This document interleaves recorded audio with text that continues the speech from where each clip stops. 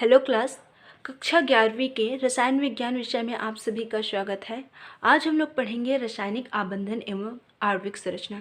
इसके बारे में पहले भी हमने कुछ पॉइंट्स पढ़ लिया है, जैसे कि हाइब्रिडाइजेशन क्या होता है और VSEPR थ्योरी आदि आदि। ठीक, आज हम लोग पढ़ेंगे डाइपोल मोमेंट मतलब द्विध्रुवीय आघूर्ण।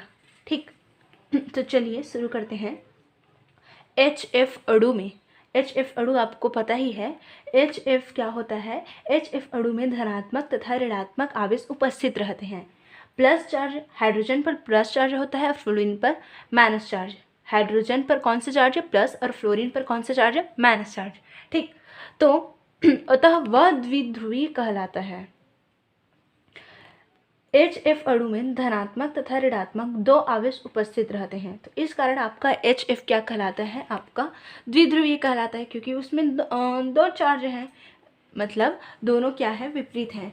एक में प्लस चार्ज है, दूसरे में माइनस चार्ज है, तो इसी कारण वो क्या कहलाएगा? आपका द्विध्रुवीय कहलाएगा, डाइपोलर कहलाएगा। ठीक, दो विपरीत आवेशों का युग्म द्विध्रुवीय कहलाता है। जैसे कि HCl की बात करें तो HCl में एक में क्या होता है? प्लस चार्ज, दूसरे में क्या होता है? Minus charge. तो इसमें भी क्या है? दो ध्रुव हैं, है ना? दो ध्रुव है ना, तो ये भी क्या कहलाएगा? आपका द्विध्रुवीय। तो दो विपरीत आवेशों का युग्म क्या कहलाता है? आपका द्विध्रुवीय। दो विपरीत आवेशों का युग्म, जोड़ा, क्या कहलाता है? द्विध्रुवीय। ठीक, अब यहाँ पे देखो, किसी बंध का द्विध्रुव आघूर्ण जो होता है, किसी बंध का द्विध्रुव आघूर्ण क्या होता है? उसके आवेश एवं दोनों आवेश के बीच की दूरी के गुणनफल के बराबर होता है। किसी बंध का द्विध्रुव आघूर्ण, किसी भी बंध का द्विध्रुव आघूर्ण उसके आवेश एवं आवेशों के बीच की दूरी के गुणनफल के बराबर होता है। ठीक, अब यहाँ पे देखो, जो आपका द्विध्रुव आघूर्ण होता है वो दैशिक होता है। दैशिक होता है, इसका मतलब क्या है? द्विध्रुव आघूर्ण क्या होता है? दैशिक होता है, मतलब वो दिशा को निर्धारित करता है, उसमें क्या होती है? दिशा पता रहती है, या फिर उसमें दिशा का ज्ञान होता है। जैसे कि यहाँ पे देखो, यहाँ पे तीर का निशान किधर है? फ्लोरीन की तरफ। तो यहाँ पे क्या, यहाँ पे जो आपका द्विध्रुव है या फिर जो डाइपोल मोमेंट है उसका वो क्या होता है? दैशिक प्रकृति का होती है, उसमें हमें दिशा पता होती है। तो यहाँ पे देखो, तीर के निशान से हमें ये पता चल रहा है कि जो प्लस चार्ज होगा उसकी तरफ पूंछ होगा और जो माइनस चार्ज वाला होगा उसकी तरफ सिरा होगा, यहाँ से। ठीक, इसके अलावा और भी उदाहरण अगर हम लोग देख सकते हैं, जैसे कि HCl का देख रहे हैं तो वो उसका इस तरह से तीर का निशान होगा, और प्लस चार्ज वाला में तीर के निशान जो पूंछ होता है उसमें कटा हुआ होता है। ठीक, यहाँ से देखते हैं, इसकी दिशा एक तीर के द्वारा प्रदर्शित की जाती है। तीर की पूंछ धन आवेश की ओर होती है। तीर की जो पूंछ है वो किसकी ओर है? धन आवेश की ओर, तथा सिर जो है ऋण आवेश की ओर है।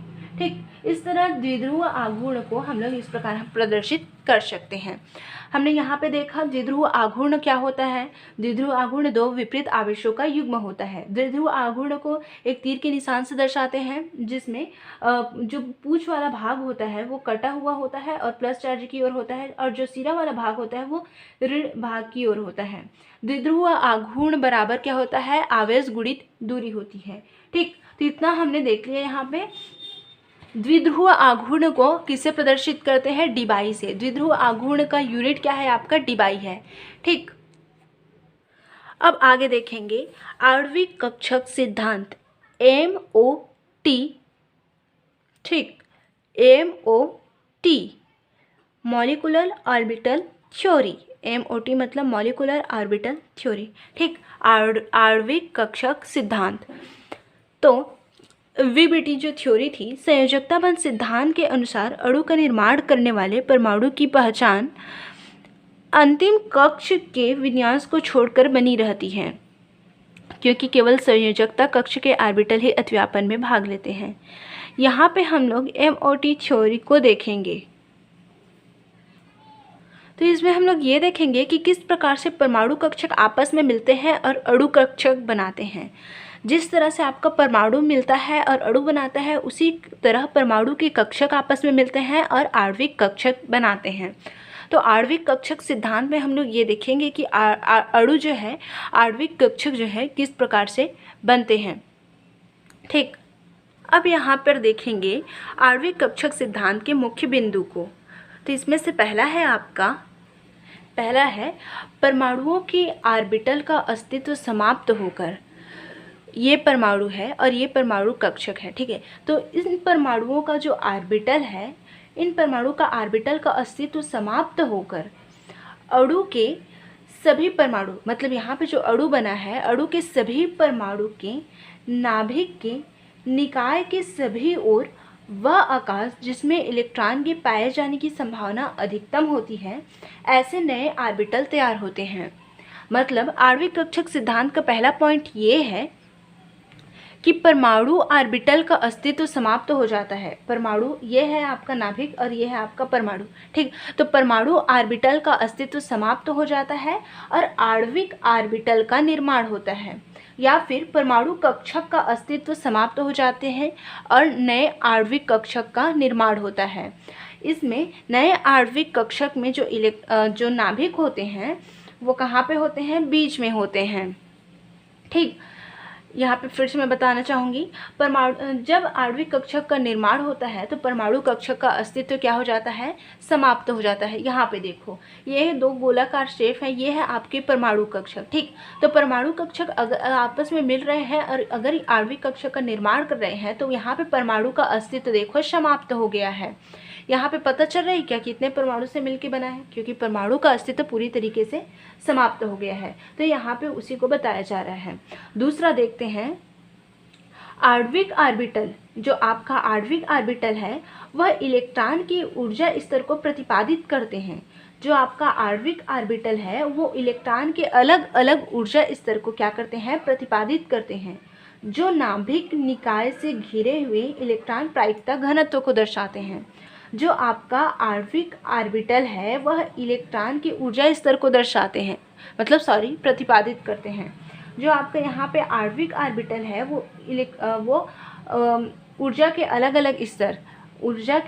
अलग स्तर होते हैं, उसको प्रतिपादित करते हैं। जो नाभिक के चारों ओर इलेक्ट्रॉन की घनत्व को क्या करते हैं? दर्शाते हैं। ठीक, ये जो इलेक्ट्रॉन की ऊर्जा स्तर हैं वो इलेक्ट्रॉन की प्रायिकता वाले घनत्व को क्या करते हैं? दर्शाते हैं। तीसरा पॉइंट है, दो परमाणु के वही ऑर्बिटल संयोजन करते हैं जिनकी ऊर्जा लगभग समान हो। अगर दोनों परमाणु की ऊर्जा समान नहीं है तो वो आपस में संयोग नहीं कर पाएंगे। जैसे कि अगर ये 1s है तो इसको भी 1s होना चाहिए, अगर ये 2s है तो इसको भी 2s होना चाहिए, या फिर यह एक 2s है तो इसको भी 2s या फिर 2p होना चाहिए। मतलब जो ऊर्जा है वो क्या होनी चाहिए? समान होनी चाहिए। परमाणु कक्षक की ऊर्जा समान होने पर ही परमाणु कक्षक आपस में जुड़ते हैं और आणविक कक्षक बनते हैं। अगर परमाणु कक्षक की ऊर्जा समान नहीं है तो वे आपस में नहीं जुड़ पाएंगे और यहाँ पे आपका आणविक कक्षक नहीं बन पाएगा। यहाँ पे ऊर्जा से इसका मतलब ये है कि अगर इस परमाणु कक्षक की ऊर्जा 1s है तो इस परमाणु की कक्षक की ऊर्जा भी 1s होनी चाहिए, या फिर 1s या फिर इस परमाणु कक्षक की ऊर्जा अगर 1s है तो इस परमाणु की कक्षक की ऊर्जा 1s या फिर 1p होनी चाहिए। ठीक, यहाँ पे जो सामने में लिखा है ना वो समान है, होनी चाहिए। 1 है तो इसको भी 1, 2 है तो इसको भी 2, इस तरीके से। ठीक, अब आगे देखते हैं, आणविक ऑर्बिटल उतनी ही संख्या में बनते हैं जिनमें परमाणु ऑर्बिटल का संयोजन होता है। उतने ही आणविक कक्षक बनेंगे जितने परमाणु कक्षक जुड़ेंगे। अगर 2 परमाणु कक्षक जुड़ रहे हैं तो यहाँ पे 2 आणविक कक्षक बनेंगे। यहाँ पे समझने वाली बात है, अगर 2 परमाणु कक्षक जुड़ रहे हैं तो यहाँ पे 2 आणविक कक्षक बनेंगे। इसको मैं बताना चाहूँगी, अगर 2 परमाणु कक्षक जुड़ रहे हैं, 2 परमाणु कक्षक जुड़ रहे हैं तो 2 आणविक कक्षक आपके बनने चाहिए, 1 और 2। यहाँ पे 2, ये है आपके परमाणु कक्षक, ये क्या है आपका परमाणु कक्षक, ये भी है आपका परमाणु कक्षक, और ऊपर में और नीचे में जो है वो है आपका आणविक कक्षक। तो अगर 2 परमाणु कक्षक जुड़ रहे हैं, 2 परमाणु कक्षक जुड़ रहे हैं तो 2 आणविक कक्षक बनने चाहिए। ठीक, अगर 3 परमाणु कक्षक जुड़ रहे हैं तो 3 आणविक कक्षक बनने चाहिए। इस प्रकार आणविक कक्षक की जो संख्या है परमाणुविक कक्षक पर निर्भर रहती है। तो यहाँ पे मैंने अभी बताया, अगर दो परमाणुविक कक्षक जुड़ रहे हैं तो दो आपके क्या बनेंगे, आणविक कक्षक बनेंगे। दो क्या बनेंगे आपके, आणविक कक्षक, है ना, जिसमें से एक आणविक कक्षक की ऊर्जा कम होती है और एक आणविक कक्षक की ऊर्जा क्या होती है, ज़्यादा होती है या फिर अधिक होती है। देखो ये नीचे में बना है, इसका मतलब ये क्या है, इसकी ऊर्जा इन दोनों से कम है। ये ऊपर में बना है, इसका मतलब ये क्या है कि इसकी ऊर्जा इन दोनों से अधिक है। तो जितने परमाणुविक कक्षक अतियापन में भाग लेते हैं उतने ही आपके आणविक कक्षक बनते हैं, जिसमें से एक आणविक कक्षक की ऊर्जा क्या होती है, परमाणुविक कक्षक से कम होती है और दूसरे आणविक कक्षक की ऊर्जा क्या होती है, परमाणुविक कक्षक से अधिक होती है। ठीक, इतना समझ में आ गया। तो इस तरह से हमने यहाँ पे 4 पॉइंट तो डिस्कस कर लिए हैं। अब आगे देखते हैं। आबंधी ऑर्बिटल का ऊर्जा स्तर, संयोजन करने वाले परमाणु ऑर्बिटल की ऊर्जा स्तर से कम। अच्छा, इसको हमने देख लिया है। लेकिन यहाँ पे हमने ये देखा है कि परमाणुविक कक्षक, जितने परमाणुविक कक्षक अतियापन में भाग लेते हैं उतने ही आपके आणविक कक्षक बनेंगे। ठीक, लेकिन इसमें से एक आणविक कक्षक की ऊर्जा क्या होती है, परमाणुविक कक्षक से कम, और एक आणविक कक्षक की ऊर्जा परमाणुविक कक्षक से क्या होती है, अधिक होती है। यहाँ पे हमने देखा ये आपके परमाणुविक कक्षक है, ये वाला और ये वाला, और ये दोनों क्या है आपके आणविक कक्षक, है ना। तो एक आणविक कक्षक की ऊर्जा, एक आणविक कक्षक की ऊर्जा परमाणु कक्षक से कम होती है, इसी कारण यहाँ इसको नीचे में रखा गया है। और एक आणविक कक्षक की ऊर्जा परमाणुविक कक्षक से क्या होती है, अधिक होती है, इसी कारण इसको ऊपर में बनाया गया है। जिस आणविक कक्षक की ऊर्जा कम होती है उसको क्या कहते हैं, बॉन्डिंग ऑर्बिटल या फिर बंधित युग्म।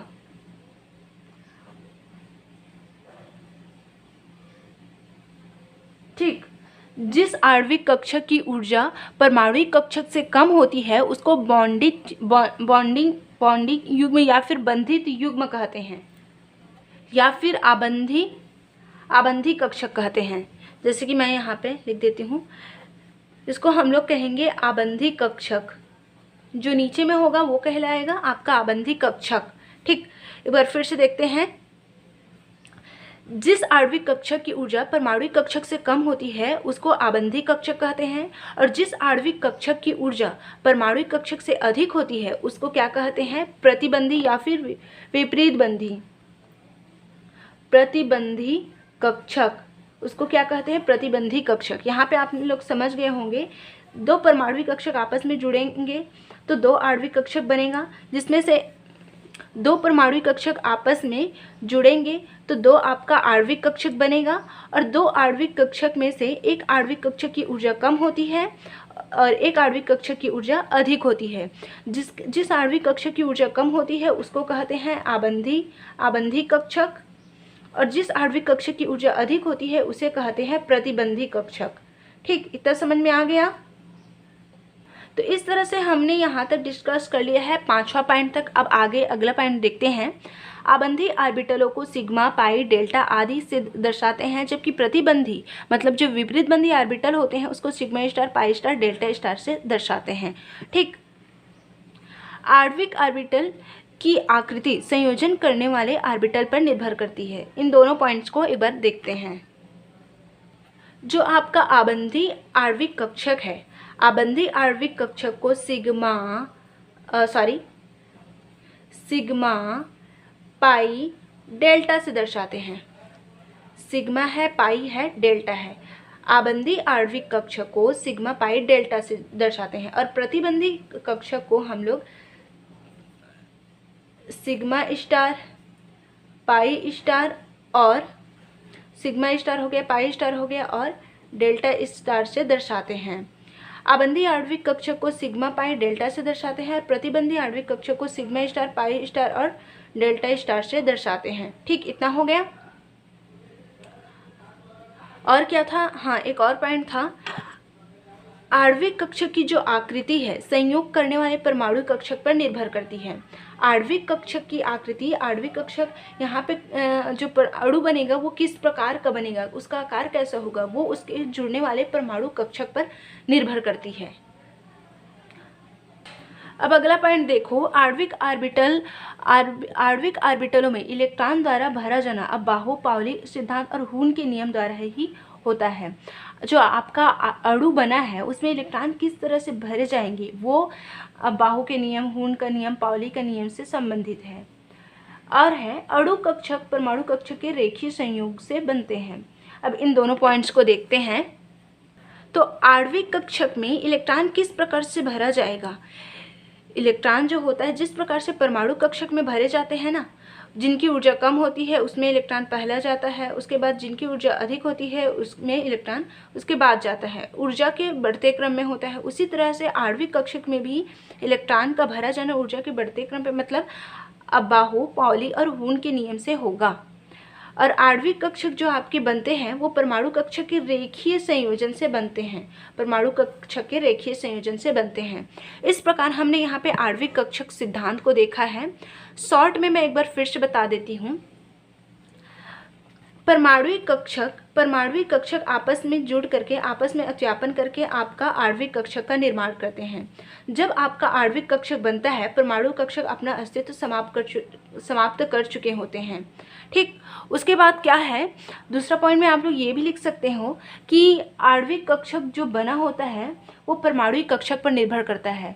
जितने परमाणु कक्षक मिलते हैं उतने ही आपके आणविक कक्षक बनते हैं, जिसमें से एक आणविक कक्षक की ऊर्जा परमाणु कक्षक से कम होती है, दूसरे आणविक कक्षक की ऊर्जा परमाणु कक्षक से अधिक होती है।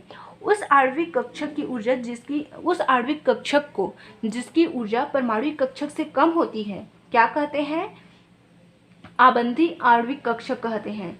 जिसकी ऊर्जा कम होती है उसको आबंधी आणविक कक्षक, जिसकी ऊर्जा अधिक होती है उसको प्रतिबंधी कहते हैं, प्रतिबंधी। और अगला पॉइंट था आपका आबंधी आणविक कक्षक को सिग्मा, पाई, डेल्टा से दर्शाते हैं। सॉरी, ये है आपका डेल्टा। और उसके बाद प्रतिबंधी कक्षक को सिग्मा स्टार, पाई स्टार और डेल्टा स्टार से दर्शाते हैं। ठीक, परमाणु कक्षक के रेखीय संयोजन से आपका आणविक कक्षक बनता है। आणविक कक्षक में इलेक्ट्रॉन किस प्रकार से भरे जाते हैं। आणविक कक्षक में इलेक्ट्रॉन पाउली के नियम, बाहु का नियम, हून के नियम के अनुसार ही भरे जाते हैं। ठीक, यहाँ पे कुछ पॉइंट्स के बारे में हमने देखा है, इसको आप और अच्छे से पढ़िएगा क्योंकि ये बहुत ही इम्पोर्टेंट है। ठीक, अब आगे देखते हैं ऊर्जा आरेख को।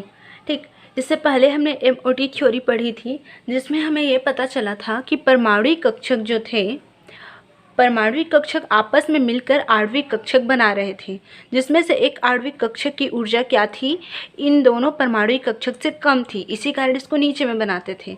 लेकिन जो आपका दूसरा आणविक कक्षक था उसकी ऊर्जा उन परमाणु कक्षक से क्या होती है, अधिक होती है, इस कारण उसे ऊपर में बनाते हैं, है ना। तो हमने यहाँ पे देखा था कि आणविक कक्षक दो प्रकार के होते हैं। एक होता है आपका आबंधी आणविक कक्षक। इस आबंधी आणविक कक्षक को हम लोग बंधी आणविक कक्षक भी कहते हैं। ठीक, एक बार फिर से, जो आपका जो आपका आबंधी आणविक कक्षक होता है उसको हम लोग बंधी आणविक कक्षक भी कहते हैं। और जो आपका प्रतिबंधी आणविक कक्षक होता है उसे विपरीत बंधी आणविक कक्षक भी कहते हैं। प्रतिबंधी आणविक कक्षक को और क्या कहते हैं, विपरीत बंधी आणविक कक्षक। ठीक, तो अब हम लोग यहाँ पे ये देखेंगे कि जो आपका आणविक कक्षक है उसमें इलेक्ट्रॉन किस प्रकार से भरे जाते हैं। परमाणु कक्षक में इलेक्ट्रॉन किस प्रकार से भरे जाते हैं ये तो हमें पता है, लेकिन आणविक कक्षक में इलेक्ट्रॉन किस प्रकार से भरे जाएंगे उसके बारे में हम यहाँ पे देखेंगे, है ना।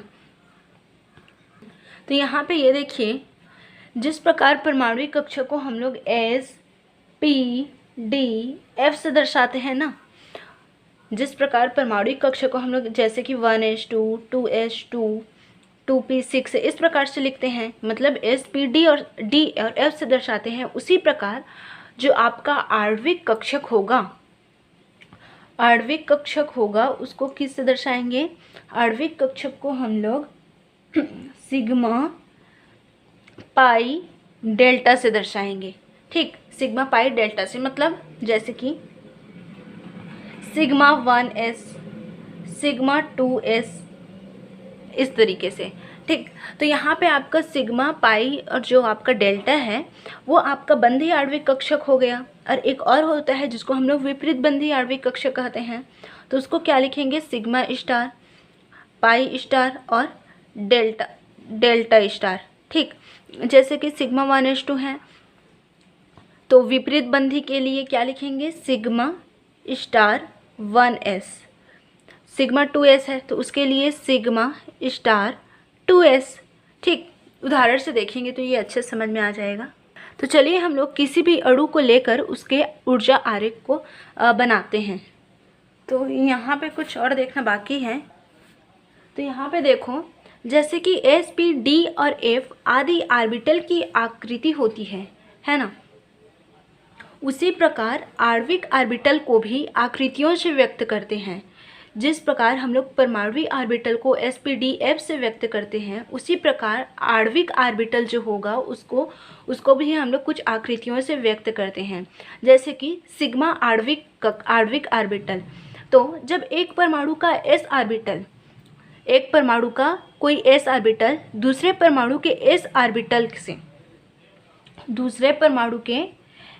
ऑर्बिटल से एक ही फेज में अतिव्यापन करता है। यहाँ पे जब s कक्षक दूसरे कक्षक से मिल रहा है तो वहाँ पे आपको जो बंध बनेगा वो क्या होगा, सिग्मा होगा।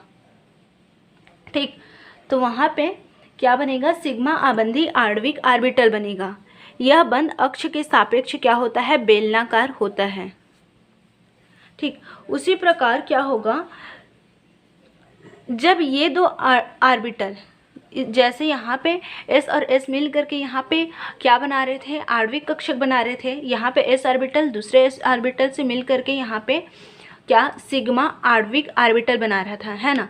तो ये पहला वाला क्या होगा, आपका आबंधी आणविक ऑर्बिटल होगा। उसी प्रकार यहाँ पे क्या हो जाएगा, जब ये दो ऑर्बिटल, मतलब यहाँ जब H का s ऑर्बिटल और दूसरे परमाणु का s ऑर्बिटल आपस में संयोजन करते हैं और उनके बीच आकर्षण ना हो करके क्या हो जाता है, प्रतिकर्षण हो जाता है।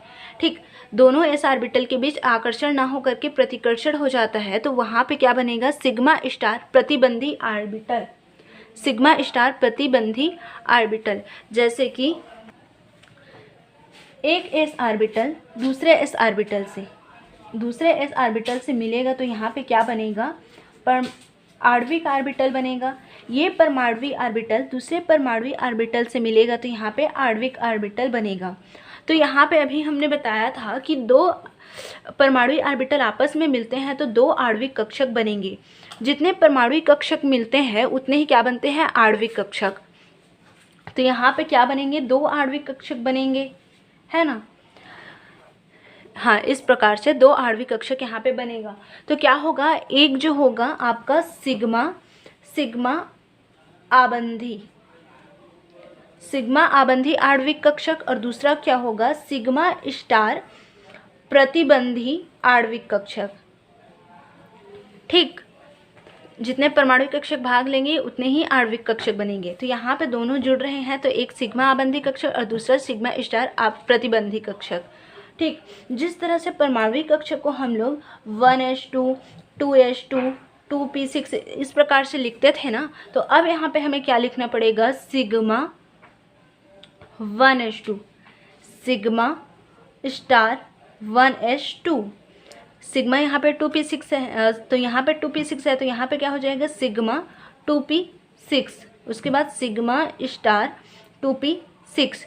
ये जब हम लोग ऊर्जा आरेख बनाएंगे तो ऊर्जा आरेख में हम लोग इलेक्ट्रॉनिक विन्यास लिखते हैं। जिस प्रकार हम लोग इससे पहले अब बाहुल्य नियम के लिए अब इलेक्ट्रॉनिक विन्यास, विभिन्न तत्वों के लिए इलेक्ट्रॉनिक विन्यास लिख रहे थे, उसी प्रकार ऊर्जा आरेख में क्या करते हैं, जो अणु होता है उसको आरेख के रूप में दर्शाते हैं, उसको आरेख में क्या करते हैं, व्यक्त करते हैं और उसके लिए इलेक्ट्रॉनिक विन्यास लिखते हैं। तो उसके लिए आणविक कक्षक के लिए सिग्मा, पाई, डेल्टा इन सब को हम लोग रखते हैं। जैसे कि उदाहरण के लिए देखते हैं, जैसे आपको ये जो है ऊर्जा आरेख और किस प्रकार से इलेक्ट्रॉनिक विन्यास यहाँ पे लिखा गया है, ये आपको आसानी से समझ में आ जाएगा। तो हम लोग यहाँ पे देखेंगे लिथियम जो अणु है, लिथियम अणु का ऊर्जा आरेख किस प्रकार से बनता है। लिथियम अणु का ऊर्जा आरेख किस प्रकार से बनता है, हमें पता है लिथियम जो होता है उसका परमाणु क्रमांक कितना होता है, 3 होता है। अगर परमाणु कक्षक के लिए इलेक्ट्रॉनिक विन्यास की बात करें तो क्या होता है, परमाणु कक्षक में इसका इलेक्ट्रॉनिक विन्यास 1s2 2s1 होता है। क्या होता है? 1s2 और 2s1, ये लिथियम का इलेक्ट्रॉनिक विन्यास होता है। लेकिन अब यहाँ पे हम लोग लिथियम 2 के आणविक कक्षक के लिए इलेक्ट्रॉनिक विन्यास निकालेंगे, ना कि परमाणु कक्षक के लिए। तो उसके लिए क्या हो जाएगा, यहाँ पे देखिए, सबसे पहले इसका हम लोग क्या करेंगे, ऊर्जा आरेख बनाएंगे। लिथियम अणु का ऊर्जा आरेख, लिथियम अणु का ऊर्जा आरेख।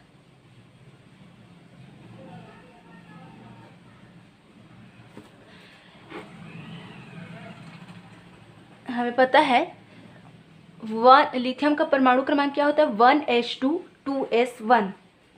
1s में कितने इलेक्ट्रॉन, यहाँ पे लिथियम के 2 अणु है, इस कारण यहाँ पे हमें 2 अणु के लिए इलेक्ट्रॉनिक विन्यास लिखना पड़ेगा। ये पहले वाले अणु के लिए है और ये दूसरे वाले अणु के लिए है। 1s2 होता है ना। तो ये 2 आपके क्या है, परमाणु कक्षक है। ये परमाणु कक्षक आपस में मिल करके क्या बनाएंगे, आणविक कक्षक बनाएंगे, है ना। यहाँ पे अब इन दोनों को हम लोग देखेंगे तो यहाँ पे 2 इलेक्ट्रॉन, यहाँ पे 2 इलेक्ट्रॉन, 2 और 2 कितना होता है, 4 इलेक्ट्रॉन को अब इन दोनों कक्षक में हम लोग भरेंगे। तो यहाँ पे 2 इलेक्ट्रॉन आ जाएगा और यहाँ पर 2 इलेक्ट्रॉन। उसके बाद लिथियम का इलेक्ट्रॉनिक विन्यास क्या होता है, 1s2, उसके बाद 2s1। तो ये वाला तो हमने पूरा कर लिया, है ना। 1s वाला हो गया, 2 अणु के लिए लिख रहे हैं, लिथियम 2 लिखा है, तो इसी कारण हम 2 अणु के लिए यहाँ पे लिख रहे हैं। उसके बाद क्या आता है, 2s आता है, तो यहाँ पे आ जाएगा 2s। 2 परमाणु कक्षक 2 है, इसीलिए ये आ जाएगा। तो ये है 2s और ये भी है 2s। 2s में कितना इलेक्ट्रॉन होता है, 1 इलेक्ट्रॉन, तो यहाँ पे 1 इलेक्ट्रॉन आ जाएगा और यहाँ पर 1 इलेक्ट्रॉन आ जाएगा, है ना। तो एक इलेक्ट्रॉन मिल करके कितने इलेक्ट्रॉन बनाते हैं, 2 इलेक्ट्रॉन बनाते हैं। तो दोनों ही इलेक्ट्रॉन पहले इस कक्षक में भरे जाएंगे, दोनों ही इलेक्ट्रॉन इस कक्षक में, क्योंकि इसकी ऊर्जा क्या है, कम है, ठीक।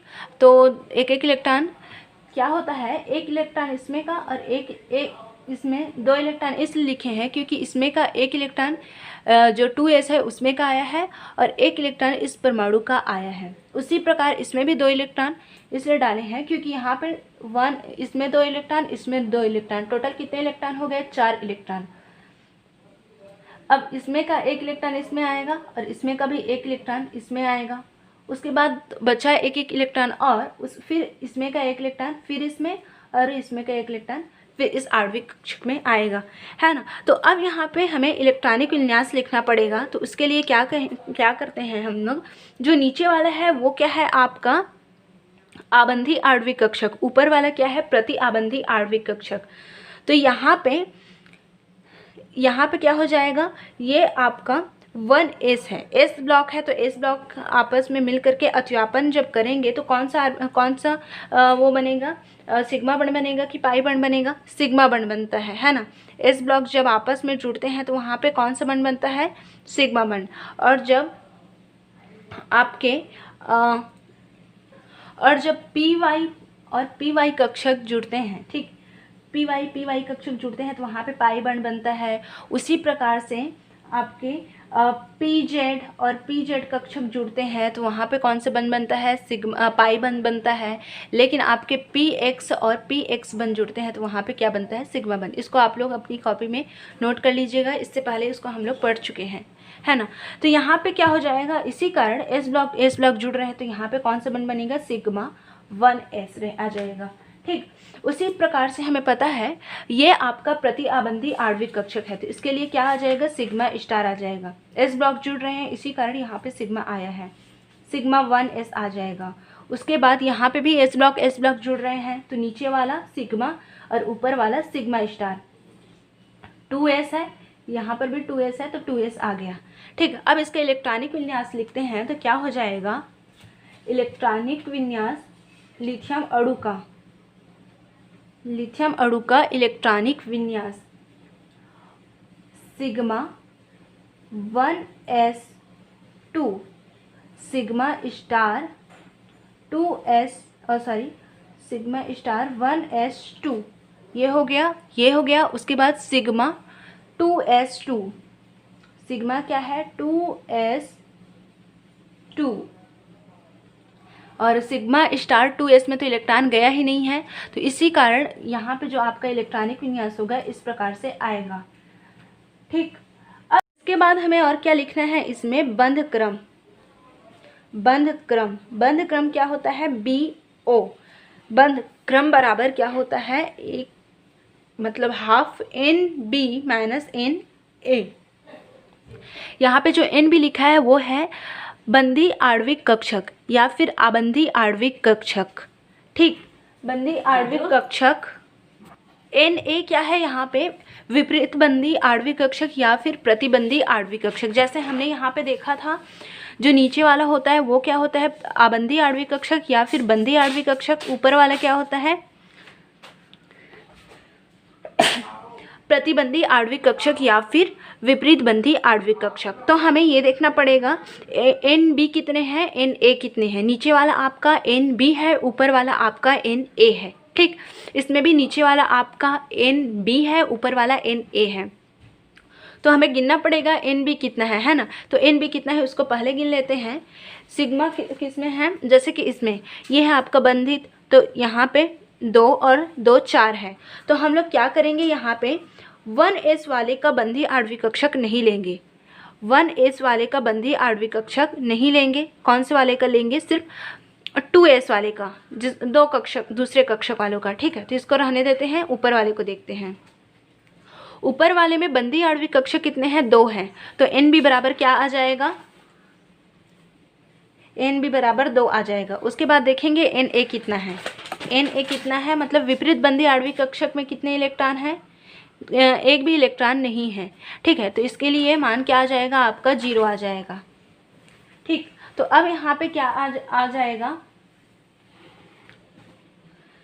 यहाँ पे 2 ही आएगा है ना, तो कैंसिल होगा, तो मान जो आएगा आपका 1 आ जाएगा। तो यहाँ पे बंध क्रम 1 है, इसका मतलब एक ये है कि लिथियम और लिथियम के बीच कितना बॉन्ड बनेगा, सिंगल बॉन्ड बनेगा। ठीक,